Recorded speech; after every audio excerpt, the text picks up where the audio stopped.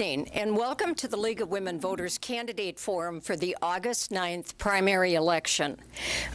Candidates for the 72nd Assembly District will be featured in tonight's forum. I'm Gloria Kubishak, and I'm representing the League of Women Voters as your moderator. We are pleased to bring you this live broadcast on River Cities Community Access. Our viewing audience can call in questions at 423-0441.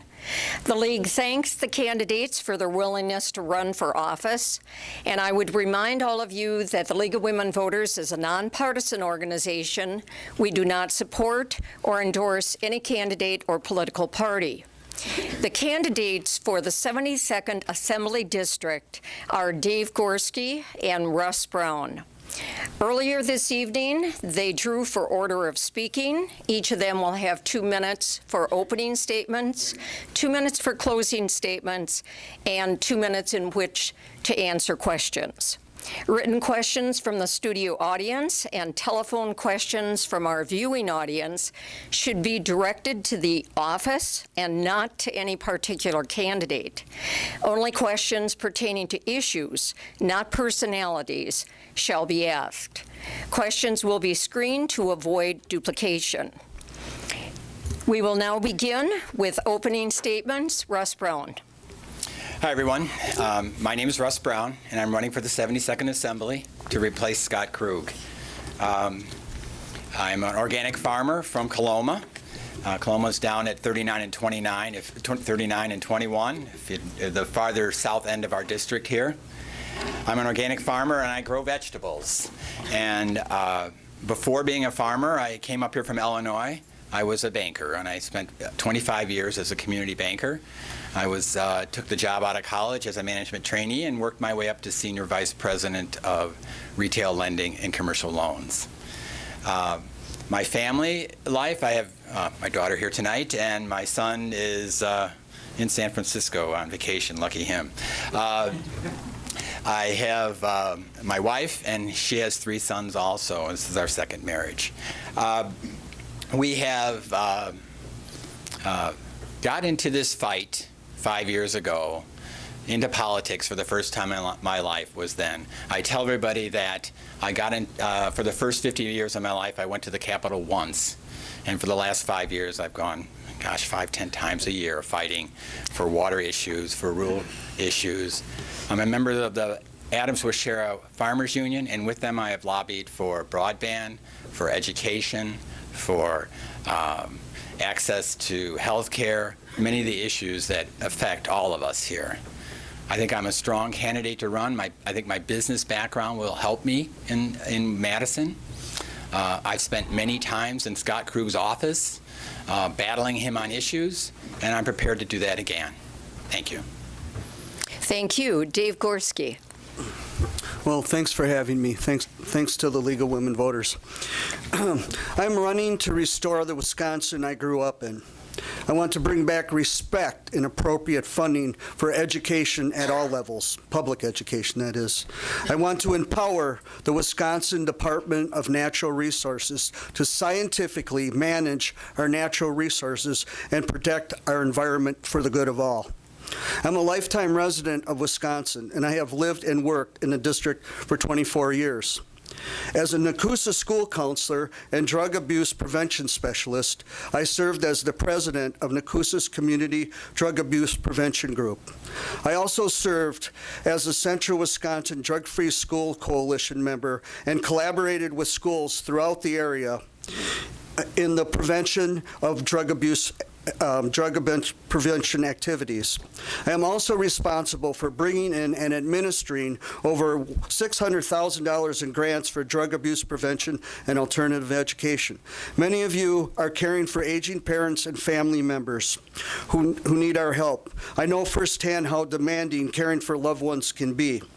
I retired early to take care of my wife who suffered from early onset on Alzheimer's. Because of our community-based Aging and Disability Resource Center, our community-based family care program, I was able to keep my wife home until she passed away this last September.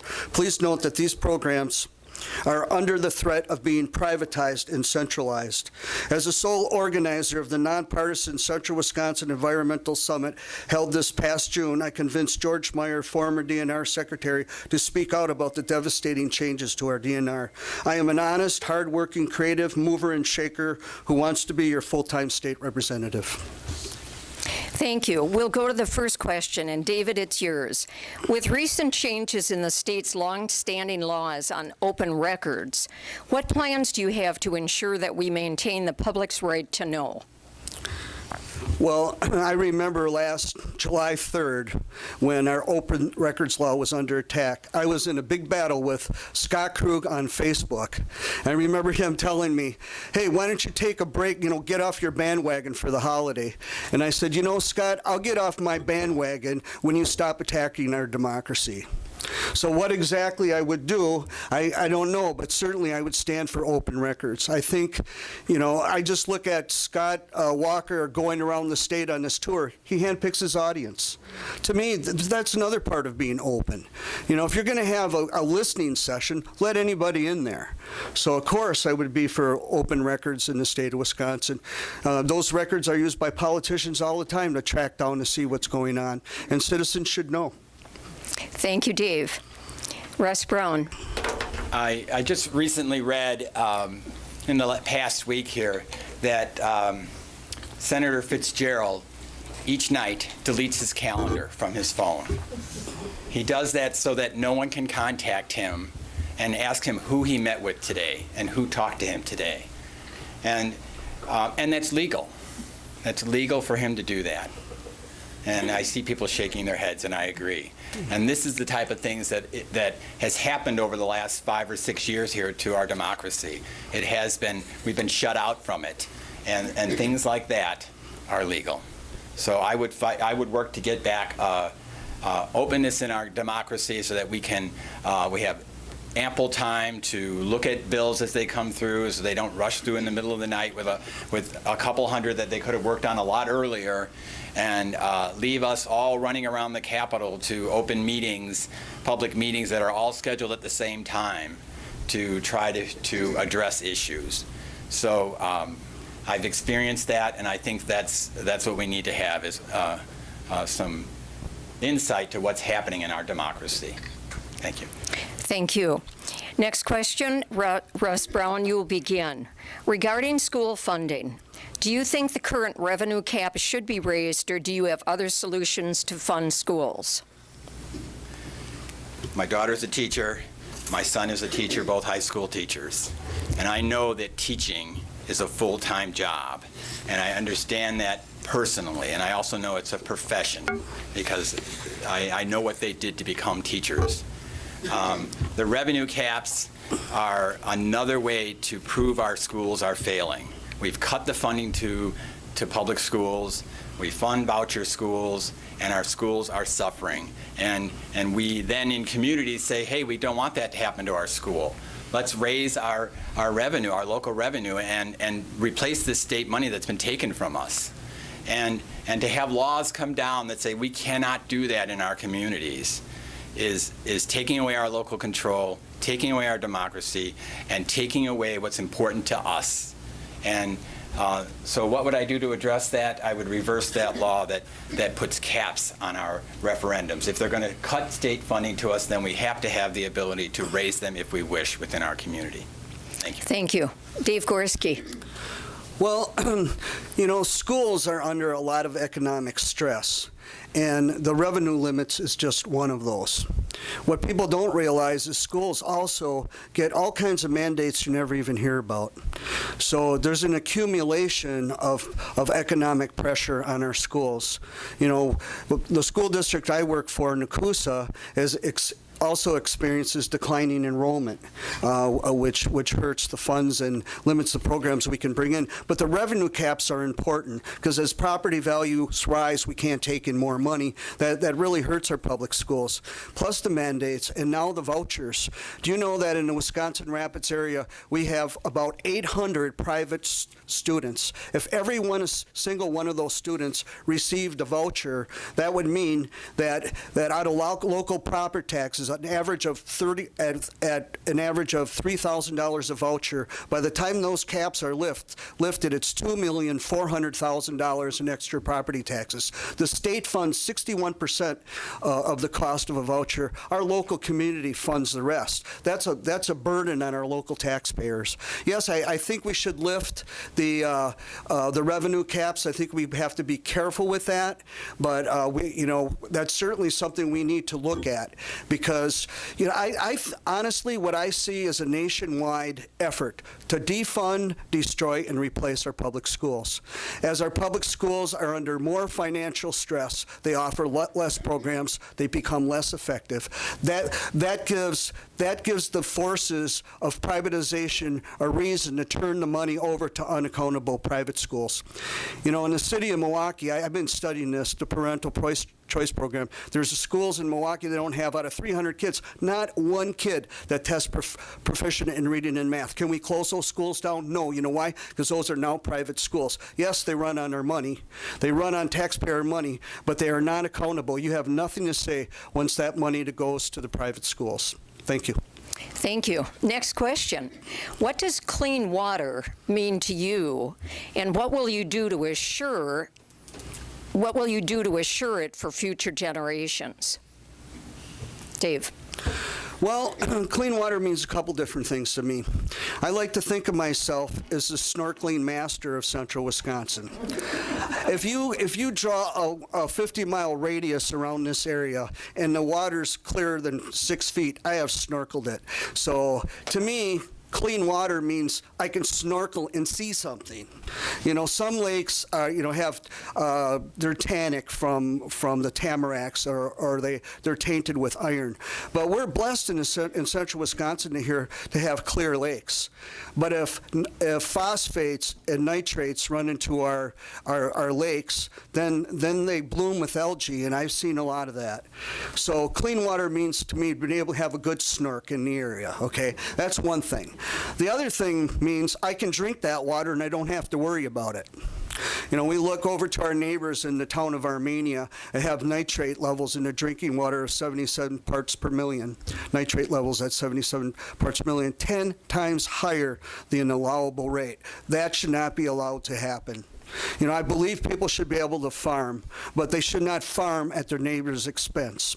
You cannot take a brick and throw it through the window of your neighbor and not be liable for it. You should not be allowed to pollute your neighbor's well and not be liable for that. We have to be good neighbors. We need to respect each other. It's about respect. It's about responsibility. We can coexist, but we have to be reasonable. I really believe that, I went to the Little Plover River study. I've been to many meetings at Protect Wood County and its neighbors, and what I see is a lot of reasonable and responsible people. Nobody wants to put farmers out of business, but we want them to be good neighbors. Remember the golden rule, love your neighbor as yourself. I think if we did that, we wouldn't have a problem with clean water. Thank you, Mr. Gorski. Russ Brown, same question. As a farmer, obviously clean water is very important to me. I have crops that I need to keep watered. I use drip irrigation, so I have little lines that run down my beds and give out 0.6 of a gallon per hour to each plant. So I'm very careful with that water. As an organic farmer, I don't put nitrates on my soil that are going to run through and end up in our water supply. And for the last 5 years, I have been fighting this very hard, and I've been involved with the people in the Farmers Union and with Lynn and Nancy Utesh, who are out fighting in Kewaunee County for these issues. And in Kewaunee County, they have the highest density of CAFOs in the state, 15 or 16 or 17. The number's always changing, always going up. And they tested their own wells a few years back, and they found out 1 in 4 of their wells was undrinkable water. And they tested it 3 months later, and if your water was drinkable 3 months before, it may not be drinkable the next time it was tested. No test that said it was good today meant it was going to be good tomorrow. Those are issues that come in mind all the time on this. I was at a Portage County meeting, and they mentioned to me that, Russ, you're going to have to moderate your position on water if you expect to get elected, if you expect to get votes of farmers. And I went up and spoke in front of that group, and I pointed out the man. I said, that man back there tells me I need to moderate my position on water. And I told that group, and I'll tell this group, I am not moderating my position on water. The farmers are causing this issue. It's the farmers. At the Little Plover study, we found out 80% of the water was used by farmers, 10% by residents, 10% by industry. Taking shorter showers is not going to solve this problem. We need the farmers to solve this problem for us by cutting back on their water use and have water available for all of us. Thank you. Thank you. Mr. Brown, we start with you on this question. What do you propose as a solution to financing our roads? Well, I think we should raise the gas tax right off the bat. I think we need to attack this right away and take care of this problem. And that's the cleanest, easiest way of doing that. I think we took our gas tax and we unindexed it about 7 or 8 years ago, so it hasn't been going up with inflation, which is, I think, you never should do. You have to be responsible going forward. My wife is the treasurer of the Richford Township, so I go to the monthly meetings on that, and I get to hear the local township people talk about the roads every time. And we spend $1 million a year on roads. That's what we have available. And at this rate, they said it will take 43 years to fix our roads because we can only fix 1 mile of road per year. So do we need to do something about this? We absolutely need to do something about this. Our roads are crumbling. And I don't like the issue that we can't afford it. We are a much richer nation than we were in the 1950s and the 60s and the 70s when we built all these things, when we built roads and we built schools and we went to the moon. My God, I mean, how ridiculous is this? And we can't afford to do this today. We can do this, and we need to raise that gas tax to take care of it. And by doing that, we will put people back to work. We'll have infrastructure jobs for the operating engineers, for everybody down the line. And when those operating engineers have money in their pocket, they're going to spend it at local stores, and everything will benefit from that. This is our tax dollars being spent locally. So let's do that. Thank you. Thank you. Dave Gorski. Must have been about 6 weeks ago, Scott Krug had a listening session down at the library. Kind of snuck it in, but I invited a few of my friends to go. And when I got down there, Scott Krug was engaged in sort of a heated conversation with 4 road builders. And they were talking about how they didn't have any jobs and how they had all this idle equipment out there. And I got an epiphany, and I said, well, why didn't we raise the gas tax, with the sunset when gas was $2 a gallon? I think I would have been happy to pay $10 a gallon knowing that we were going to put these construction workers to work again and we were going to fix our roads. What are our roads now? The 3rd worst in the country? That's unexcusable. I kind of feel like Wisconsin has become the sad sack ne'er-do-well cousin of Minnesota. You ever get that feeling? We become a no-can-do state. We can't fund our state parks. We can't fix our roads. We can't fund our schools. So it's... To me, this is just one more thing. I don't understand why we can't raise the gas tax. Well, when it gets to be $4 a gallon, it's a burden for people. But when it's hovering around, what is it today, $2.33? I mean, even if it was $2.50, we could be filling up those coffers and we could be putting people to work. And just like Russ says, that money's going to go into our communities. That's going to stimulate our economy. I think being too austere oftentimes turns into shooting yourself in the foot. So yeah, let's, another thing that I thought about regarding this issue is, well, maybe the people that do the greatest damage to the roads, maybe they need to pay a little bit more. Okay, if you have a heavy truck that weighs 15 tons or whatever they weigh, and they're the ones damaging the roads, and we really need to repair our roads, maybe they should pay a little bit more. I think that's also a possibility. So let's raise the gas tax. Let's sunset it. Thank you. Dave, we'll start with you on this question. How would you as a freshman legislator try to affect change? Well, I have a number of issues that I'm really concerned about, and I understand I would need to be appointed to a committee. I think I would be, or a number of committees. I would be great on a lot of committees. I know public education from the inside. I know the good old days. My high school, Milwaukee Technical High School, was a great high school when I went there. We had a 5-year postgraduate plumbing course, and when you got out of that school, you had 2 years off your apprenticeship. I was in machine shop. I wasn't very good, to be honest with you. But I'm thinking of something my shop teacher said. Gorski, you're never going to be a good machinist, but you sure would be a good union representative. Yeah, I would be great on the education committee. I would be great on aging and disabilities because I took care of my wife. I kept her at home for her the whole time she suffered from Alzheimer's. And I know how hard those workers work. And I know the needs of the families. I would be great on the environment. How many people know that I put on the Central Wisconsin Environmental Summit and I got George Meyer to speak out for retired DNR people? I've been part of Sacred Water, Sacred Land, and we walked the length of the Enbridge pipeline to raise awareness regarding how filthy and toxic that oil is in the pipe. So, and the dangers to the community. I would be great on a lot of things. I'm a mover and shaker. I'm an idea person. There's a lot of people in this room who work with me, and they can tell you that I helped start an alternative program. I started a high school summer school program. I started a credit recovery program. I'm an idea person. I would be great on a lot of committees. So, well, what would I do? Well, I would do whatever they let me do. And I would do a good job. Thank you. Russ Brown. Number one, I would hold all other legislators accountable for their actions. I will not let someone come into my office and tell me how we have to put up with this or put up with that. I lobbied Scott Krug, and we sat in there with 10 people in the room, and Scott starts telling us about his water bill and what he's going to do for us, and we start poking the holes in it and telling it, Scott, your water bill does nothing for us. It takes away cumulative effect from the rest of the state. This is not something we want. It changes a 60-day automatic approval to a 75-day automatic approval, and you've already cut the staff of the DNR, so that just means approval.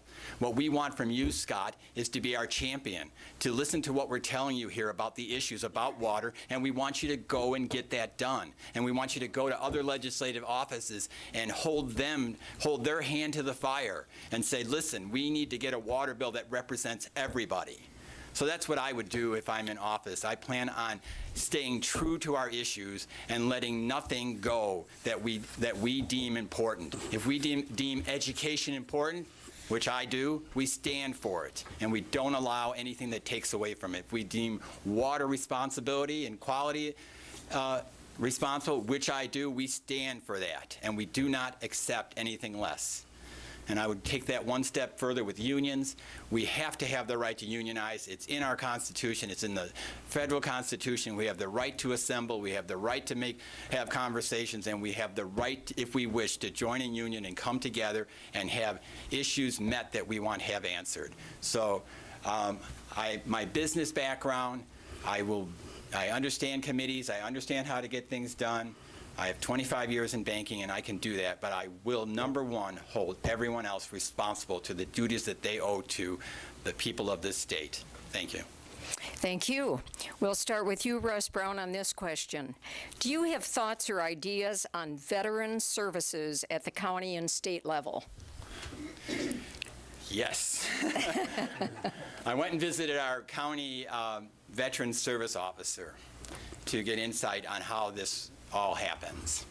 Our county service office, veterans officer, makes sure that our veterans get their money that's due to them from the federal government. This doesn't cost us anything.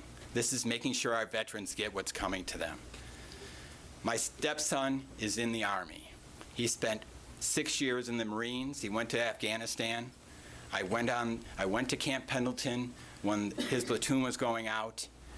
The 25, 30 guys that were there to say, and another very young man telling me he's going to make sure everybody makes it back. Only half of those guys made it back. And the half that did come back are injured severely. So we need to take care of these people, and we need to stand up for our veterans. And we can't ask them to make the ultimate sacrifice and then not take care of them. This idea that our war only costs us this much money and we don't count veterans is ridiculous. We owe them education. We owe care of their health. We owe them care of their family's health. We owe them all this for the sacrifice that they gave.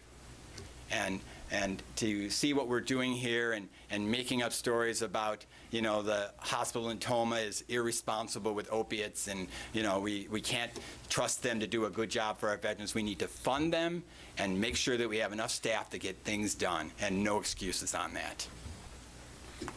Thank you. Dave Gorski. Yes, I understand that in this last legislative session that there was an effort to regionalize our county service veteran offices. This is a bad move. And that is because now our county service veteran officers work for the county. So that allows them to stand up and fight for veterans. If these offices are regionalized, they're less accessible geographically to our veterans. But far greater an issue is that our service veteran officers would become state employees, like the DNR. Like our civil servants, they won't be able to speak up for our veterans. We need to keep our county service veteran offices in our counties to empower our county veteran service officers. My campaign manager just happens to be a retired county service veteran officer, so he keeps me abreast of these issues. And I was at the library, when was it? This past fall, I guess, or winter, when they had a meeting on Agent Orange, and the auditorium was filled up with veterans. And so I understand that the effects of Agent Orange are actually intergenerational. There's damage to the DNA, so we need to stay on top of it. Our veterans did,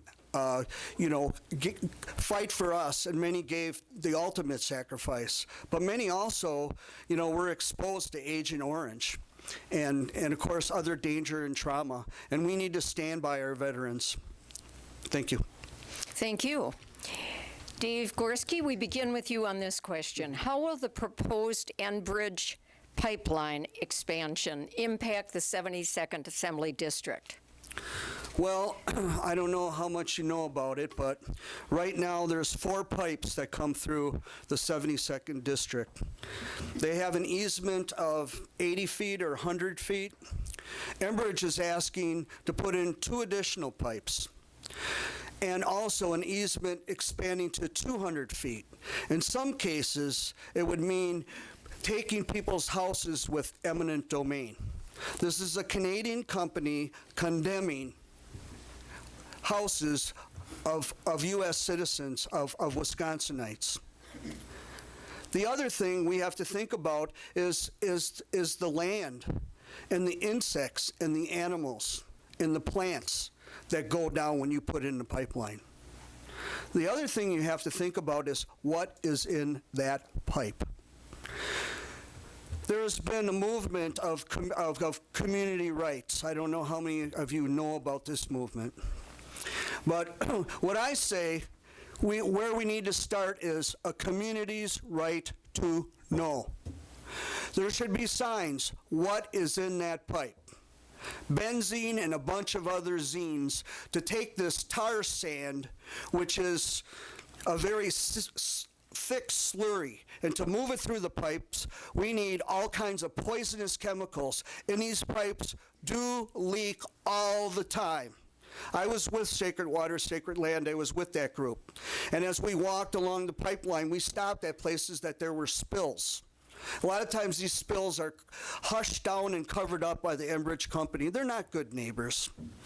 You know, we have to get off fossil fuels. We need to move towards green energy. And if we do that, we won't have to pump the most poisonous, toxic oil in the world across the Wisconsin River, the St. Croix, the Namakagon, and the Rock. Thank you. Thank you. Russ Brown. Thanks. Enbridge, yes, very difficult company. They had this spill in Kalamazoo.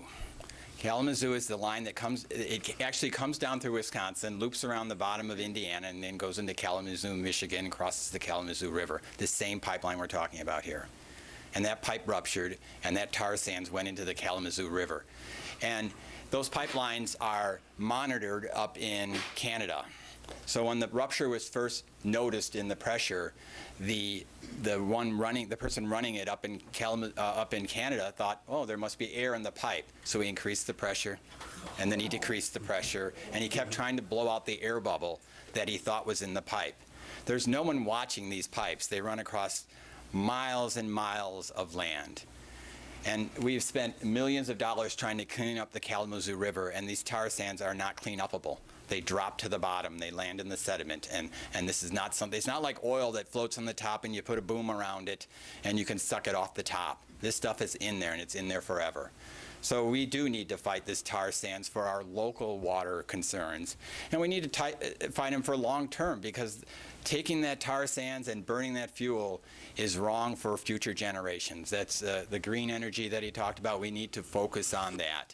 And we need to stop looking at this tar sands as a way to make money for a Canadian company. The reason that they're going to come through here is not to lower our gas prices. We already burn the tar sands. It already gets refined in Indiana. It's not going to lower our gas prices to get this pipeline built. It's going to move the pipe the oil down to the Gulf of Mexico so they can export this oil. And so it doesn't affect, it'll raise the price of our oil, our gas, because they'll have another market for it.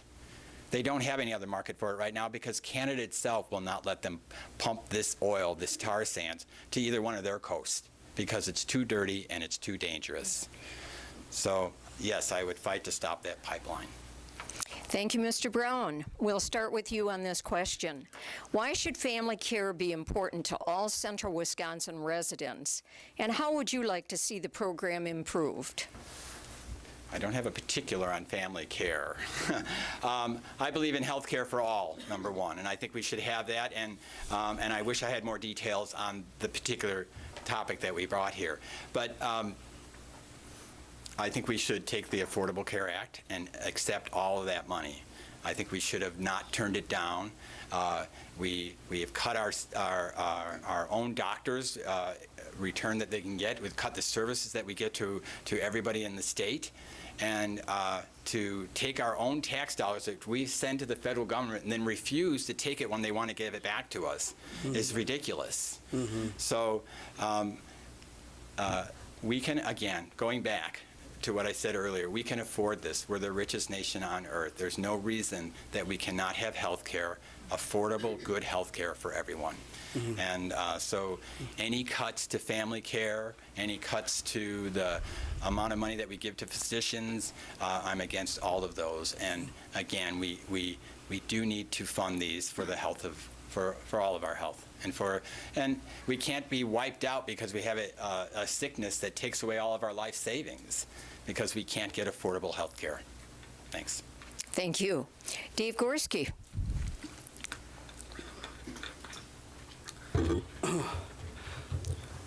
Well, like our workers' compensation law in this state, family care is a model program for the country. Family care allowed me to keep my wife at home till she died. In the Wisconsin Rapids area here, it's called Central Wisconsin Connect. And it's an amazing program because it allows the caregiver to hire people, to find people and hire their own people. You actually do your own bookkeeping. You have a budget. It saves a lot of money. It has proven to save the state money. And the key to family care in Wisconsin is it is local. We have local offices. I had a nurse and a social worker right here in town, and so did everybody else that was in that program. They do a house visit every 3 months to check up on you. As my wife would take a sudden decline, I would sometimes freak out. And they were right there. I could call them. They would come over. They could lend me assistance. One important thing, too, to note about it is this is federal dollars and state dollars coming into our community. And the people that work for Family Care, they spend it right in our community. So they help move the economy along. It's just like when you take money away from teachers, you're taking money out of your community. So, no, I went to 3 listening sessions this past budget, and one person after the next stood up in defense of family care. I had to watch Dale Koyinga laugh while about 3 or 4 people came up and poured their hearts out about how they were able to keep their loved ones at home because of family care. So this is a program we need to protect. Scott Walker would like to privatize it and regionalize it. Turn it over to insurance companies. Why do you want to do that when it's already working? I think he may be fishing for some campaign contributions. Thank you. Thank you. Dave Gorski, next question. How do we overcome the undue influence of the big ag lobby on the party in power? Well, that's a tough one. I think we need to elect some other people. Yeah, I remember going to Fighting Bob Fest a couple years ago, and I went to a sectional on the privatization of public education. We're all pulling our hair out. What do we do? Well, we need to get different politicians in there, and that's really a big reason I'm running. I do want to restore Wisconsin to what it was before. I think we can be reasonable with agriculture. Why all the greed? That's what I don't get. I love farmers. I came up here from Milwaukee many times to visit farmers around the Amherst area. I have a lot of friends that live there. I worked for Hubert Dombrowski picking rocks out of his field. He gave me a pair of gloves. They lasted 5 minutes. Thanks, Hubert. But he was a good guy. And he cared about his land. He lived on his land. We can have agriculture in this state. We need agriculture in this state, but we need agriculture to be responsible and respectful. We need farmers to be good neighbors.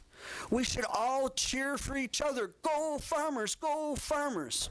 But the farmers have to cheer for us too. You look at all the land, all the property value around this proposed CAFO in the town of Rome. What's going to happen to that property value? Who is liable if those wells become polluted or are drained to the point where they have to be re-drilled? Who's going to pay for that? Come on, Big Ag. You can do it. You can be good neighbors. We'll work with you. Thank you. Thank you. Russ Brown. Thanks. I've been a farmer for 5 years, and I've been in the Farmers Union for 5 years. And the Farmers Union is not the Farm Bureau. It is local small farmers. Farm Bureau is big ag. And the Farmers Union, when we're there, we talk about family and about how we want to pass this farm on to our next generation, how we've worked this land because my grandfather came here. So there are great stewards of the land out there, but they are being pushed off their farms by big ag. When you see a 10,000 head dairy come in here, you're pushing 200, 300 family farmers off the land. We have a glut of milk. So when you have 10,000 more cows giving milk, the only thing that's going to happen is that the smaller producers are going to be run off the land. The smaller producers are not less efficient. They're just not subsidized. Big farms are subsidized. They buy their grain. It's actually cheaper to buy grain than it is to grow it. So it's cheaper to be a factory farmer on feeding your cows. It's cheaper to be a factory farmer if you don't care where the waste goes.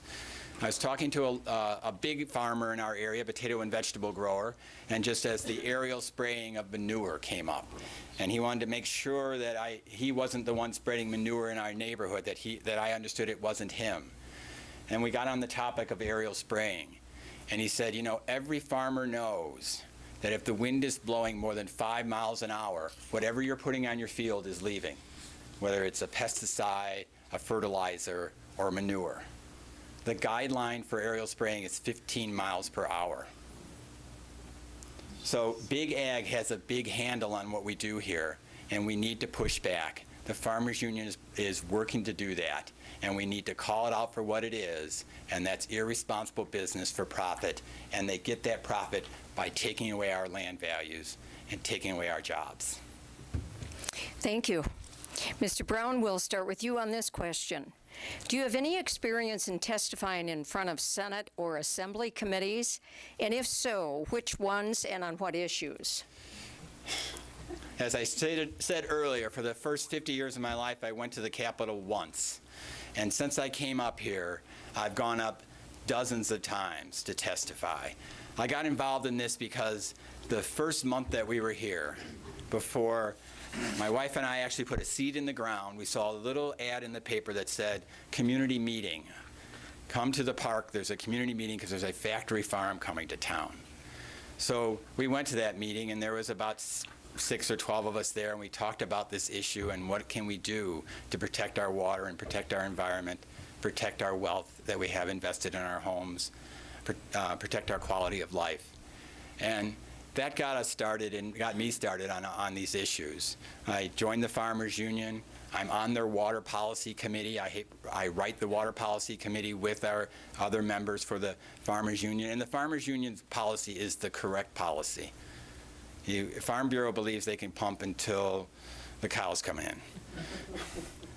We know that the water is connected, that the surface water is connected to the groundwater, and we need to be responsible. So what have I lobbied on? I've lobbied with family farm defenders, trying to defend smaller farms and their operations. I've lobbied with the Farmers Union on rural issues, on broadband, on education, and rural schools, and health care, all the issues that are important to our communities.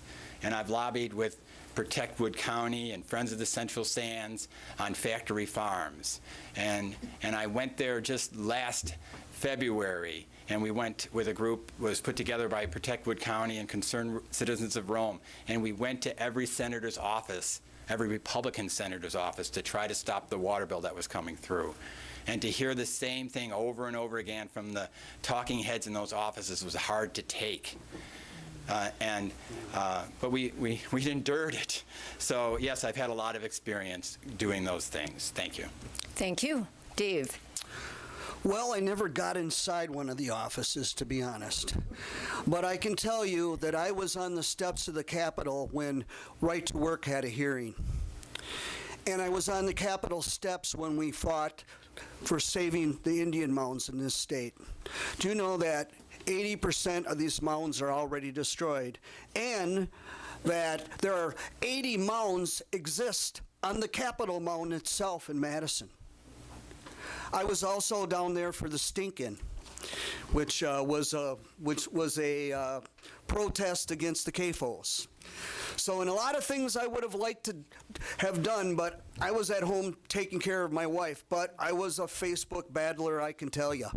You know, I did what I could. So no, I haven't had Russ's experience in that area.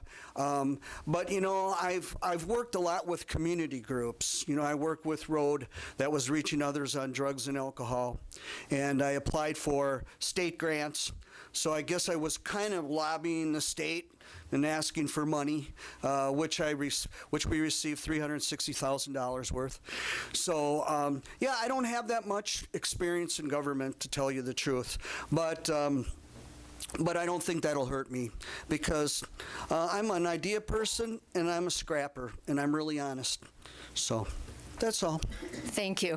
Next question, we begin with you. Mm-hmm. What are your thoughts on how you as a state legislator can address student debt? Well, I think we have an easy one there, and I have a feeling Russ is going to agree with me on this one.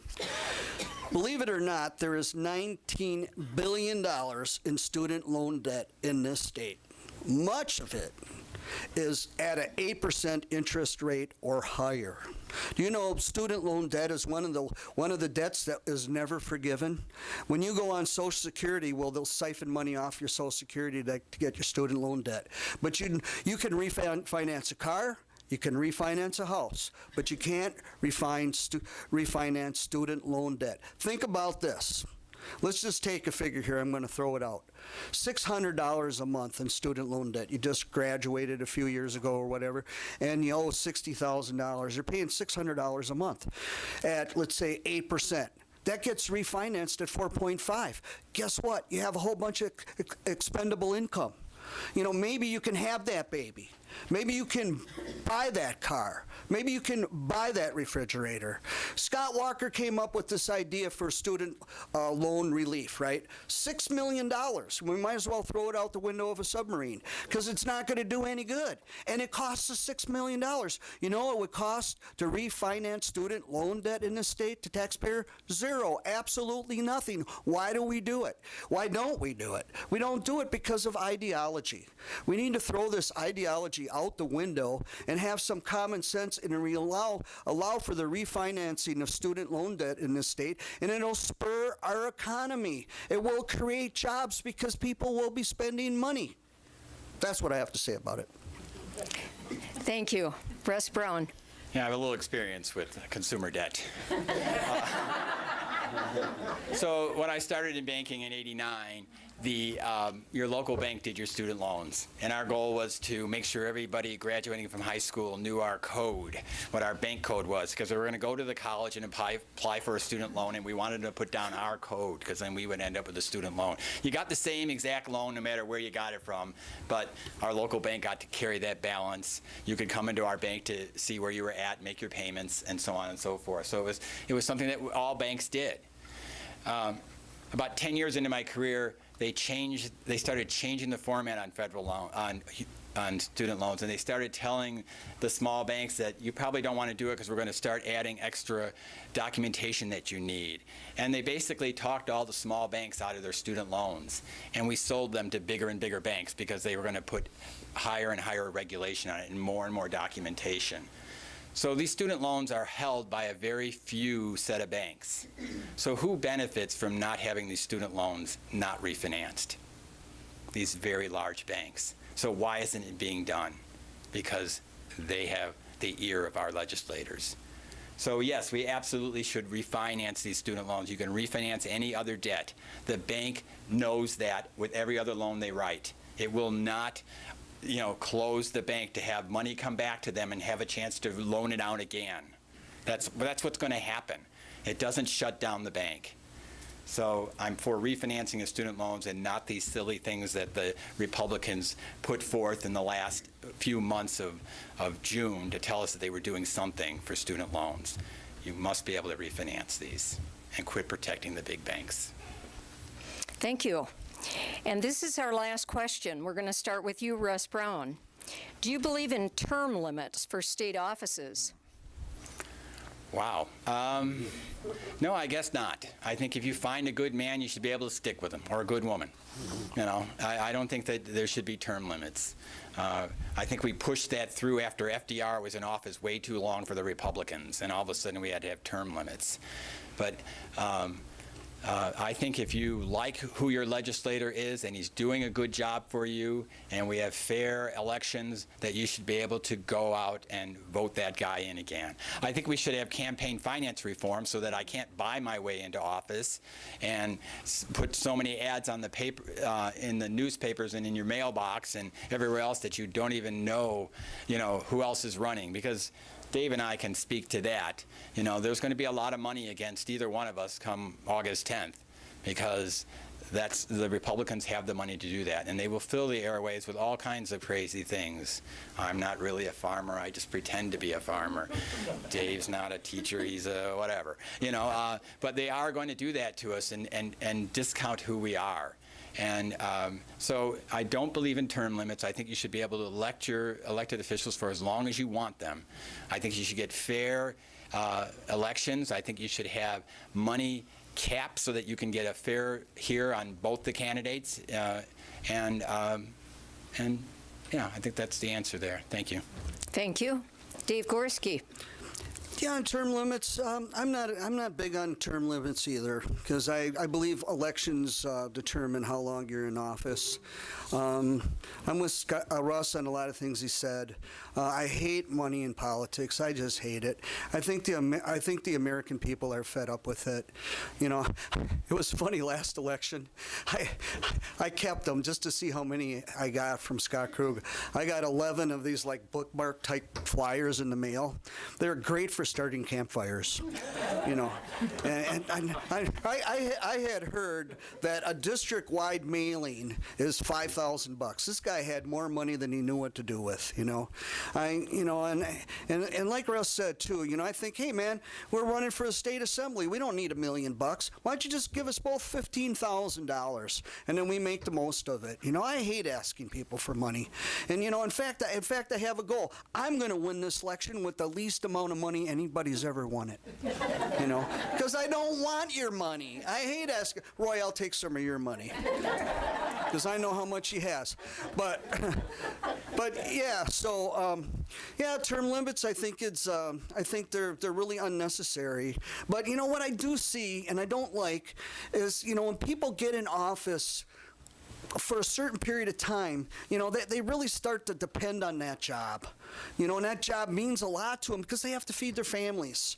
You know, so I think people get put in a position where they compromise after a while. So, no, I'm not for term limits, but I sure would like to see a regular changeover. I would really like to see Krug out. I think that might be good. Didn't he say he was only going to run for 2 terms? Anybody else ever hear that? Yeah. What about the per diem? He wasn't going to take that, was he? Okay, but he did. Okay, time for him to go. Thank you very much. We'll now move to closing remarks, and we start with you, Mr. Gorski. Krug is most vulnerable on the issues of public education, workers' rights, and environmental protection. On these issues, over the last several years, I have battled Krug on the phone, in person, and on social media. For those of you who have witnessed my exchanges with Krug, you know I have exposed him as a wishy-washy master of the half-truth. I know public education from the inside. I have been a union worker. On environmental protection, I used my campaign as a platform for raising awareness on environmental issues. I have organized the Central Wisconsin Environmental Summit. I have played an important role in helping the Sacred Water, Sacred Land walkers to raise awareness. We spoke about the dangers of pumping the most toxic oil in the world under our land and through our waters. I have developed close relationships with the environmental activists within the Native American community. I am also better on the economy than Krug. We have to stop turning down federal money for Medicaid, rural broadband, and the DNR. I believe we can improve our state's economy by investing in public education at all levels, allowing the refinancing of $19 billion in student loan debt. Let's change the focus of the Wisconsin Employment Developmental Corporation by moving the money that is now going to corporation to local communities for planning and implementation grants. Let's go green and create jobs. I am an honest, hardworking, creative mover and shaker, and I want to be your full-time plus state representative. Thank you. I worked on that curtsy. Thank you. Thank you, Dave. Russ Brown. Thank you. Today, I don't need to tell you about the need for clean, abundant water. I don't need to tell you that we need to fund our public schools. I don't need to tell you that we need family-supporting jobs. I don't need to tell you that we need new representation in Madison. For too long, we've heard that we can't, or you can't have. We can't have good public schools. We can't afford them. We can't have roads or infrastructure projects. We can't afford them. We can't have clean water. We can't have a healthy environment. We can't decide for ourselves what we want to do in our local community. We can't come together for our mutual benefit. We cannot unionize. This is what we are told. We all must give in to open for business. Give up our local control for regulatory certainty. And we've all heard that if we go to Madison. Give up our environment for feeding the world. Give up our clean air for cheap milk. Give up our forest for cornfields. Endanger our waterways with high-pressure tar sand pipes. This is what we're told. But this is not what we're about. This is not what we're about, people. We are about our families. We are about families supporting jobs that have meaning and give us happiness when we go to work. We are here, we have callings, we have professions that are important to us. We are about our communities, our friends, and our families. This is what we're about. We are about our environment. Change is often ridiculed, and we know that to be true. You can't do these things. It's impossible. But together we can do anything. Together we can do everything. We can have what we want. We need to get together to do this. Wealth is not the measure of a person. The rich are not the job creators, and Big Ag is not feeding the world. Thank you.